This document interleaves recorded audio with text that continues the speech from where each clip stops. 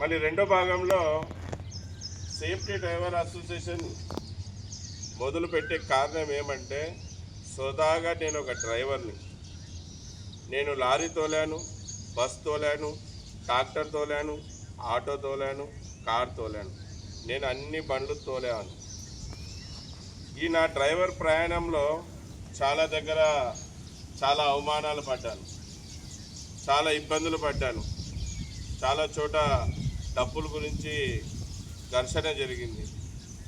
అధికారులు, లంచగొండే అధికారులు, అందరూ చెడ్డ అధికారులు అనడంలో కొంతమంది లంచగొండే అధికారులు అనవసరంగా ఇబ్బంది పెట్టారు, చాలా బాధకు గురి చేశారు. కొన్ని చోట అనవసరంగా నన్ను కూడా కొట్టడం జరిగింది. కొట్టినప్పుడు అలాగే అక్కడక్కడ జిల్లాలో వేరే రాష్ట్రాల్లో బండ్లు చెడిపోయి చాలా ఇబ్బంది పడ్డాను.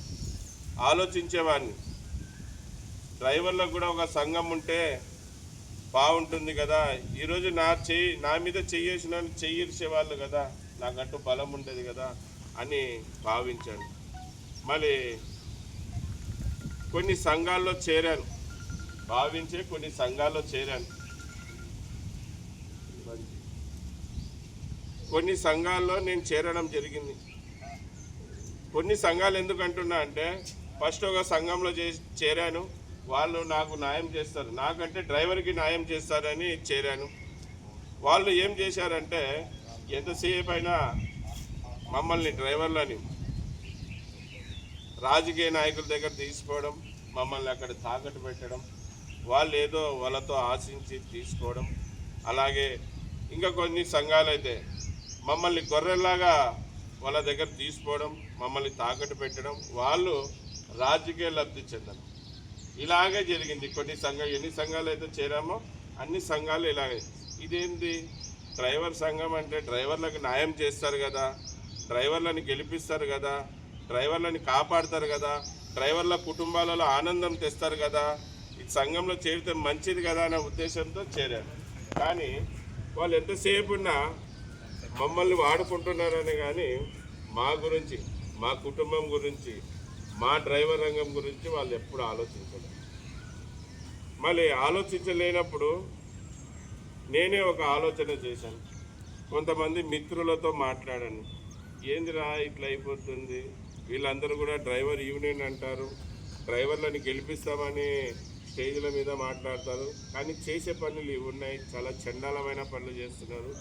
వీళ్ళు ఇలాగుంటే మనం డ్రైవర్లం ఎప్పుడురా బాగుపడేది, ఎప్పుడురా మనకు గుర్తింపు వచ్చేది అని బాధపడ్డాను. వాళ్ళతో డిస్కషన్ చేశాను. వాళ్ళతో ఎప్పుడు రిపీట్గా ఇదే మాట్లాడేవాడిని. వాళ్ళు ఏదైనా ఎప్పుడు వచ్చినా నువ్వు ఇదే సోది చెప్తా ఉంటావు, ఏదే మాట్లాడాలని ఆయన నీ శుద్ధి వినలేమని వాళ్ళు చెప్తా ఉన్నారు. ఇంకా కొంతమంది మిత్రులు నాకు ఒక సలహా ఇచ్చారు. ఏంటి ఆ సలహా అంటే, నువ్వు ఇంత బాధపడుతున్నావు కదా, ఇంత తపన పడుతున్నావు కదా, మళ్ళీ నువ్వే యూనియన్ స్టార్ట్ చేయొచ్చు కదా అన్న, నువ్వే ఒక సంఘం మొదలు పెట్టవచ్చు కదా అంటే, నేను వాళ్ళకి చెప్పిన మాట, నేను సంఘం పెట్టడమా, అంత పెద్ద పని నేను చేయగలను, లీడర్ అంటే ఏం చిన్న విషయమా అని వాళ్ళకి నేను చెప్పాను. ఎన్నిసార్లు వాళ్ళు నాకు చెప్పిన, లీడర్ అంటే చాలా పెద్ద స్థాయి, నేను చిన్న డ్రైవర్ని, నాకంత పెద్ద స్థాయి లేదు, ఇంకోటి నాకు చదువు రాదు, ఎందుకంటే లీడర్ అనే అతన్ని చదువుకొని ఉండాలి, అంటే చదువుతో పని లేదు లీడర్ కావాలంటే అని మా మిత్రుడు చెప్పాడు.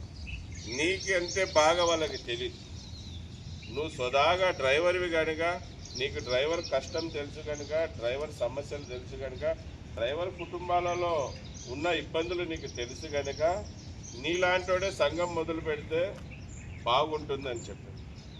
నాలో అవునా, చదువు లేకున్నా కూడా యూనియన్ చేయొచ్చా అని కొంతమందితో డిస్కషన్ చేశాను. నీకు చదువు లేకపోవచ్చు, నీ దగ్గర ప్లాన్ ఉన్నాయి, ఎలా ముందు పోవాలనేది ఉంది. నీ కమిటీలో కొంతమంది చదువుకున్న వాళ్ళని, మంచి వాళ్ళని తీసుకొని సంఘం మొదలు పెట్టాను. మళ్ళీ అలాగే కొంతమంది మంచి వాళ్ళని తీసుకొని ముందుగా ఆంధ్రప్రదేశ్ కర్నూలులో సేఫ్టీ డ్రైవర్ అసోసియేషన్ అనేది మొదలుపెట్టినప్పుడు 36 మంది మళ్ళీ వీడియో కూడా లాంగ్ అవుతుంది కనుక మూడో భాగంలో మిగతా విషయాలు తెలియపరుస్తాను.